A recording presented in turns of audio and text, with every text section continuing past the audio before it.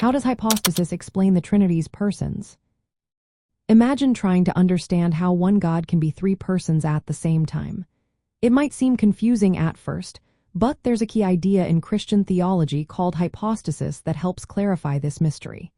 Hypostasis is a fancy word that means subsistence or individual existence. It describes how the Father, Son, and Holy Spirit are each a separate person within the one Godhead. In Christian belief, God is one in essence or substance, but within that unity, there are three distinct hypostases.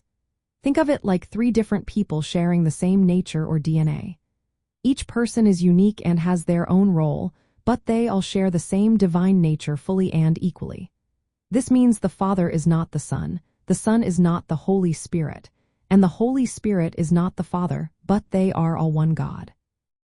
The word hypostasis originally meant that which stands beneath, or the underlying reality. Early church leaders used this term to explain how God can be one in essence but still have three persons. They wanted to avoid saying God was just one person appearing in different ways, or that there were three gods.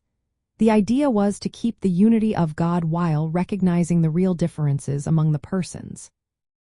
At the Council of Nicaea in 325 AD and the Council of Chalcedon in 451 AD, church leaders clarified these ideas. They taught that the Father, Son, and Holy Spirit are three hypostases, each fully divine. This means they are not parts of God, but fully God in their own right. The hypostatic union also explains how Jesus can be both fully divine and fully human. Jesus' divine nature and human nature are united in one hypostasis, or person. Understanding hypostasis helps believers see that the persons of the Trinity are genuinely distinct. The Father relates to the Son as a father to a son, the Son prays to the Father, and the Holy Spirit is sent by both. Yet, all three work together in perfect unity. This idea preserves the biblical teaching that there is one God, but also shows how the Father, Son, and Holy Spirit are real persons with personal relationships. In short, hypostasis explains the Trinity's persons by showing that each is a distinct, self-subsisting person within the one divine essence. It keeps the unity of God while allowing for the real differences among the persons.